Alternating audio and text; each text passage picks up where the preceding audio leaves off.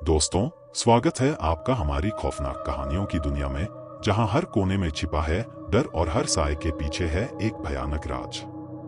आज हम आपको एक ऐसी कहानी सुनाने जा रहे हैं जो आपके रोंगटे खड़े कर देगी। ये कहानी है उन अनकही घटनाओं की जो हमारे आसपास घटती हैं, लेकिन जिन्हें जानने का साहस बहुत कम लोग कर पाते हैं। तो चलिए डर के इस सफर पर निकलते हैं और सुनते हैं आज की भूतिया कहानी। दोस्तों, वीडियो शुरू करने से पहले मेरी छोटी सी रिक्वेस्ट है कि अगर आप चैनल पर नए हैं या अभी तक आपने सब्सक्राइब नहीं किया है तो कर ले, ताकि आने वाली वीडियो की नोटिफिकेशन आपको सबसे पहले मिले। तो चलिए दोस्तों, बिना वक्त बर्बाद किए कहानी शुरू करते हैं। यह कहानी कुछ साल पहले की है, जब मैं और मेरा दोस्त नीरज एक छोटे से गाँव में घूमने गए थे। यह गाँव बेहद पुराना था और वहाँ की पुरानी हवाओं में अजीब सा डरावना सा माहौल हमेशा बना रहता था। गांव के बड़े बुजुर्गों की कहानियां सुनने के बाद हम दोनों का मन बहुत उत्साहित था कि यहाँ कुछ अजीब या भूतिया घटना का अनुभव करेंगे। मगर हमें अंदाजा भी नहीं था कि हमारे सामने असली मौत का साया मंडराने वाला था। गांव में पहुंचते ही हम दोनों ने सबसे पहले गांव वालों से उनके चर्चित खजूर के पेड़ के बारे में सुना। यह पेड़ गांव के बाहर एक सुनसान जगह पर खड़ा था और इसके बारे में कहा जाता था कि यहाँ पर एक प्रेत रहता है। इस पेड़ के नीचे जो भी गया वह वापस नहीं लौटा। गांव वालों की मान्यता थी कि कई साल पहले एक औरत की इस पेड़ के पास हत्या कर दी गई थी और अब उसकी आत्मा इस पेड़ से बंधी रहती है। यह सुनकर मुझे और नीरज को बेहद उत्सुकता हुई। हम दोनों को डर से ज्यादा रोमांच का अनुभव हो रहा था। हमने तय किया कि रात होते ही इस खजूर के पेड़ के पास जाकर इस रहस्य को जानेंगे। शाम ढलने लगी और आसमान काले बादलों से ढक गया। गांव के लोग अपने अपने घरों में छिप गए, जैसे कोई खौफनाक चीज का इंतजार कर रहे हों। नीरज ने मेरे कंधे पर हाथ रखकर कहा, तैयार हो, चले खजूर के पेड़ की ओर। मैंने हंसते हुए कहा, क्यों नहीं, हम डरने वाले नहीं हैं। हम दोनों ने अपनी टॉर्चें उठा ली और चल पड़े उस पेड़ की ओर जहां गांव वालों ने जाने से मना किया था। रास्ते में हर जगह सन्नाटा था। पेड़ पौधे भी जैसे बिना हवा के स्थिर खड़े थे। हर कदम के साथ हमारे दिल की धड़कनें तेज हो रही थीं, पर हमने इसे रोमांच मानकर आगे बढ़ना जारी रखा। जैसे ही हम उस पेड़ के पास पहुंचे, हवा अचानक तेज हो गई। पेड़ के पत्ते तेजी से हिलने लगे और हमें लगा कि पेड़ हमें देख रहा है। नीरज ने कहा, देख, कुछ अजीब नहीं हो रहा है, ये सब बातें बेकार हैं। मगर तभी हमें एक धीमी सी सिसकने की आवाज सुनाई दी। वह आवाज खजूर के पेड़ की दिशा से आ रही थी। हम दोनों के शरीर में झुरझुरी दौड़ गई। नीरज ने कहा, किसी की मजाक हो सकती है, चलो पास जाकर देखते हैं। हम पेड़ के और पास गए और तभी पेड़ की जड़ों से एक साया उठने लगा। वह एक औरत का था, जिसके लंबे बाल उसके चेहरे को ढके हुए थे और उसकी आंखें हमें घूर रही थी। मेरे मुंह से चीख निकलने ही वाली थी कि नीरज ने चिल्लाया, भाग। हम दोनों ने बिना सोचे समझे भागना शुरू किया। वह प्रेत हमारे पीछे दौड़ने लगा। उसके पैरों की आवाज हमारे दिल की धड़कनों को और तेज कर रही थी। हम पूरी ताकत से भाग रहे थे, लेकिन वह प्रेत तेजी से हमारे करीब आ रहा था। अचानक नीरज फिसल कर गिर पड़ा और मैं उसकी मदद करने के लिए रुक गया। उठ, जल्दी उठ, मैंने चिल्लाया, पर नीरज की आंखों में डर साफ दिखाई दे रहा था। वह हिल नहीं पा रहा था। तभी मैंने देखा कि वह प्रेत उसके सिर पर आ चुका था। उसने नीरज की गर्दन पकड़ी और उसकी आंखें लाल हो गईं। मैं मदद करने के लिए भागा, मगर उस प्रेत ने नीरज को पेड़ की ओर घसीट लिया। मैं पूरी ताकत से चिल्लाया, नीरज, पर मेरी आवाज उस खौफनाक चीख में दबकर रह गई। मैंने अपनी टॉर्च गिरा दी और अंधेरे में खड़ा रह गया। नीरज अब वहां नहीं था। प्रेत ने उसे पेड़ के पीछे कहीं खींच लिया था। मैंने अपना दिल संभालने की कोशिश की और गांव की ओर दौड़ पड़ा। मुझे पता था कि अगर मैं वहां एक पल और ठहरा तो अगला शिकार मैं ही बनूंगा। गांव पहुंचते ही मैंने हांफते हुए सबको नीरज के बारे में बताया, मगर कोई भी गांव वाला हमारी मदद के लिए जाने को तैयार नहीं था। उन्होंने बस कहा, वह पेड़ अभिशप्त है, जो वहां गया वह वापस नहीं आया। मैं टूट चुका था। मैं जानता था कि नीरज को वापस लाना अब नामुमकिन है। उस खजूर के पेड़ का प्रेत उसकी जान ले चुका था। अब मैं जब भी उस घटना को याद करता हूं, मेरा दिल कांप उठता है। नीरज की चीखें और वह खौफनाक प्रेत मेरे सपनों में आता है।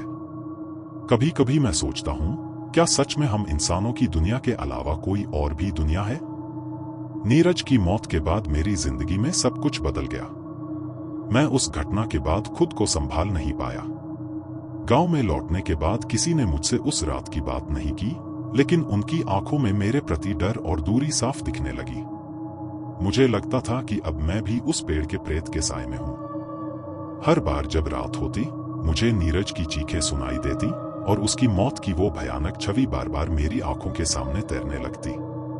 गांव में कुछ दिन रुकने के बाद मैं शहर वापस लौट आया, लेकिन शहर में भी मुझे चैन नहीं मिला। लोग तो सामान्य रूप से अपनी दिनचर्या में लगे हुए थे, लेकिन मेरे लिए कुछ भी सामान्य नहीं रहा था।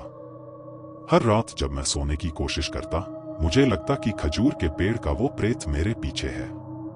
उसकी लाल चमकती आंखें और नीरज की मौत की चीख मेरे कानों में गूंजने लगती। मैं बुरी तरह डर चुका था। मुझे कुछ भी सही नहीं लग रहा था। न मैं ठीक से सो पाता था, न ही किसी से बात कर पाता था।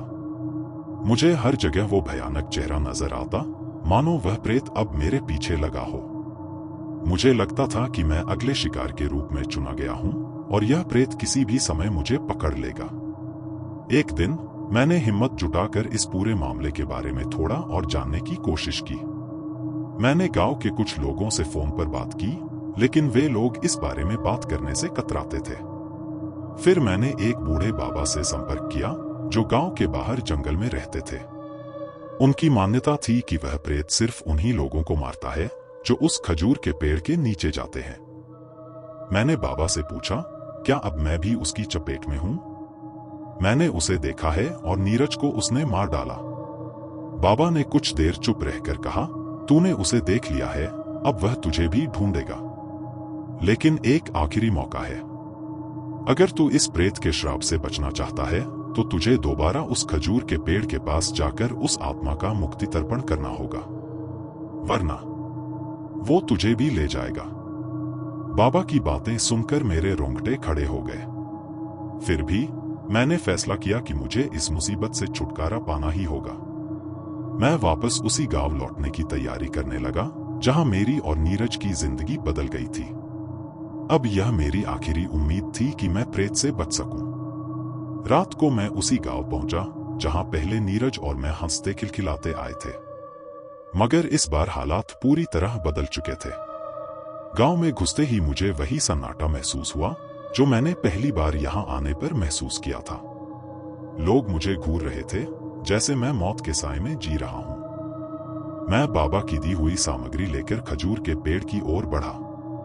रास्ते में वो सारी बातें मेरे दिमाग में घूम रही थीं जब मैंने और नीरज ने इस पेड़ को मजाक में लिया था।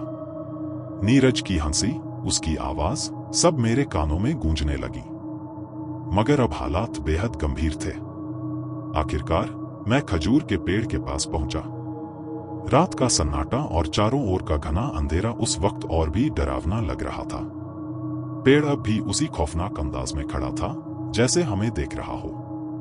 मैंने बाबा की बताई विधि के अनुसार तर्पण की तैयारी शुरू की, मगर मेरे दिल की धड़कनें बेकाबू हो रही थी। हर कदम पर लगता था कि कोई मुझे देख रहा है। मैंने तर्पण शुरू किया और जैसे ही आखिरी मंत्र पढ़ा, अचानक हवा और तेज हो गई। खजूर के पेड़ के पत्ते फिर से हिलने लगे और फिर वही साया धीरे धीरे सामने आया। यह वही प्रेत था जिसने नीरज को मार डाला था। उसकी लाल आंखें अब मुझ पर टिक गईं। मैंने डरते हुए आंखें बंद कर लीं और जोर से चिल्लाया, तुझे मुक्ति मिले, छोड़ दे हमें। एक पल के लिए सब कुछ शांत हो गया। हवा थम गई और साया गायब हो गया। मैंने राहत की सांस ली और धीरे धीरे पीछे मुड़कर गांव की ओर बढ़ने लगा। मुझे लगा कि शायद अब मैं बच गया हूं। लेकिन जैसे ही मैं पेड़ से थोड़ी दूरी पर पहुंचा, मैंने अचानक अपने पीछे किसी के पैरों की आहट सुनी। मेरे दिल की धड़कनें फिर से तेज हो गईं। जब मैंने मुड़कर देखा तो वह प्रेत वापस आ चुका था, इस बार और भी ज्यादा खतरनाक। तुझे मुक्ति नहीं मिलेगी, तुझे मुक्ति नहीं मिलेगी। यह भयानक गूंजती आवाज मेरे कानों में पिघलते शीशे की तरह चुभने लगी। मैं बुरी तरह डर चुका था। मेरे पैरों ने जैसे काम करना बंद कर दिया। वह प्रेत अब मेरी ओर तेजी से बढ़ने लगा।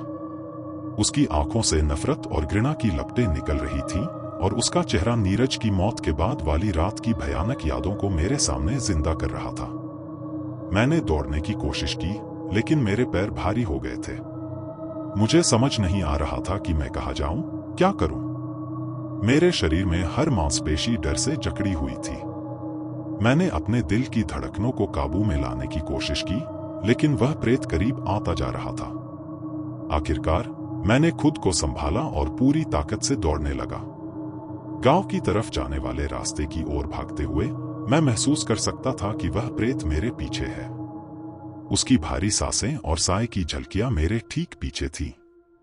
मैं जितनी तेजी से दौड़ सकता था दौड़ता रहा।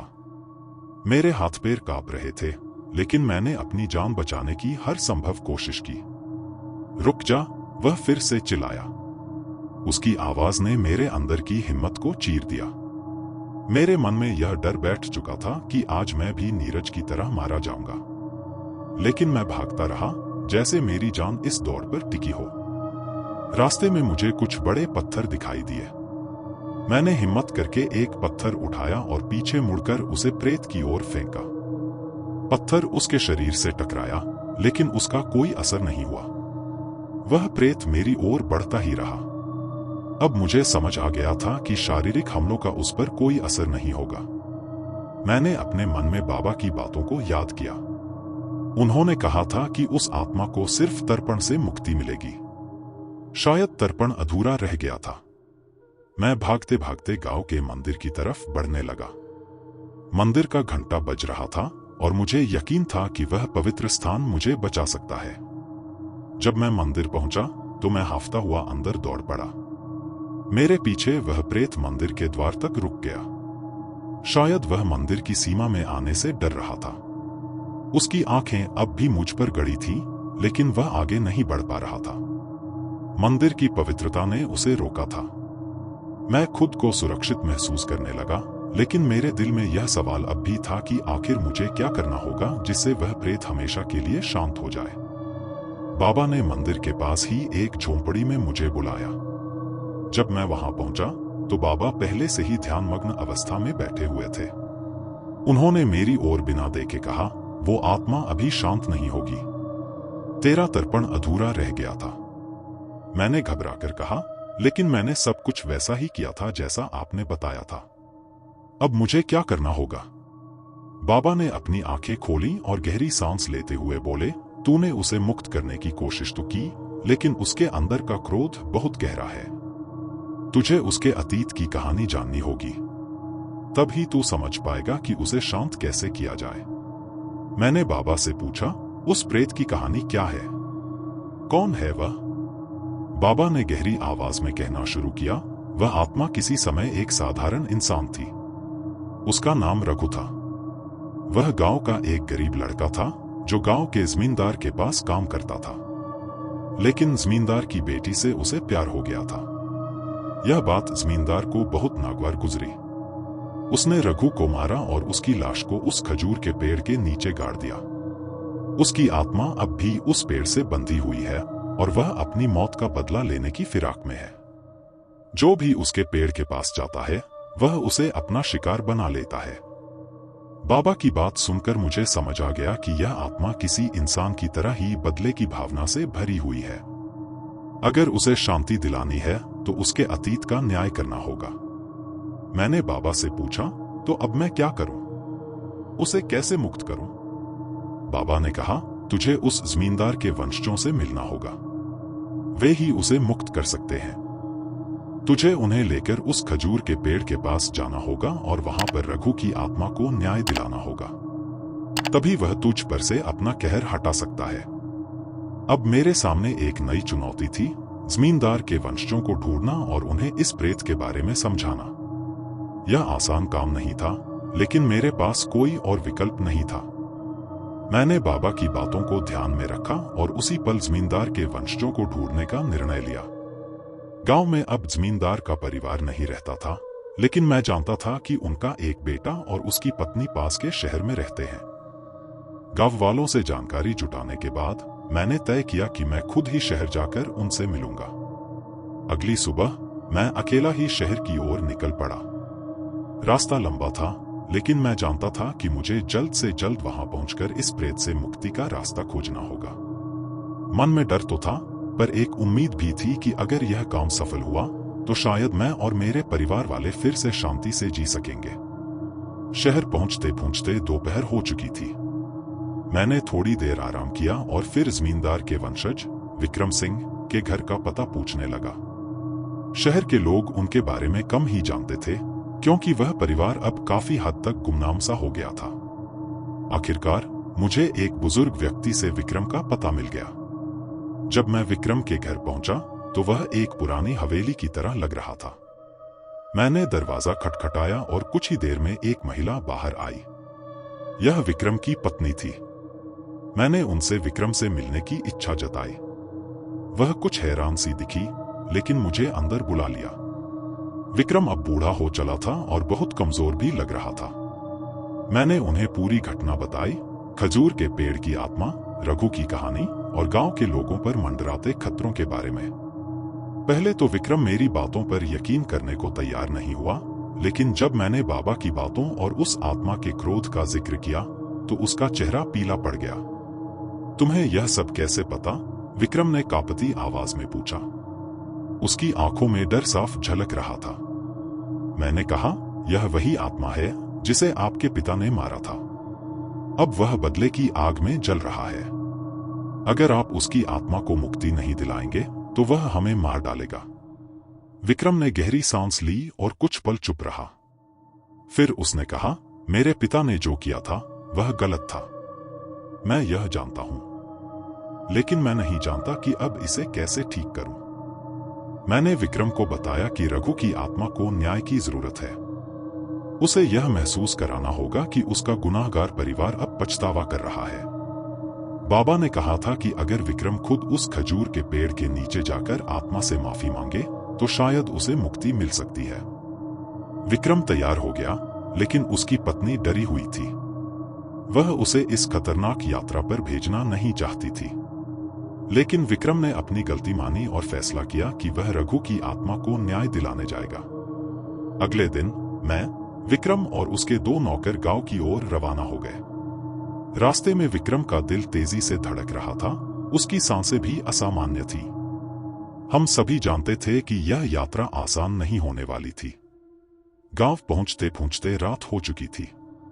खजूर के पेड़ तक पहुंचने के लिए हमें गांव के उस सुनसान इलाके से गुजरना पड़ा जहां अक्सर अजीब घटनाएं हुआ करती थी। रास्ते भर विक्रम के चेहरे पर डर साफ झलक रहा था। मैंने उसे हिम्मत बंधाई कि यह आत्मा अब भी उसकी बात सुन सकती है और शायद उसे माफ कर दे। जब हम खजूर के पेड़ के पास पहुंचे तो वहां अजीब सी शांति थी।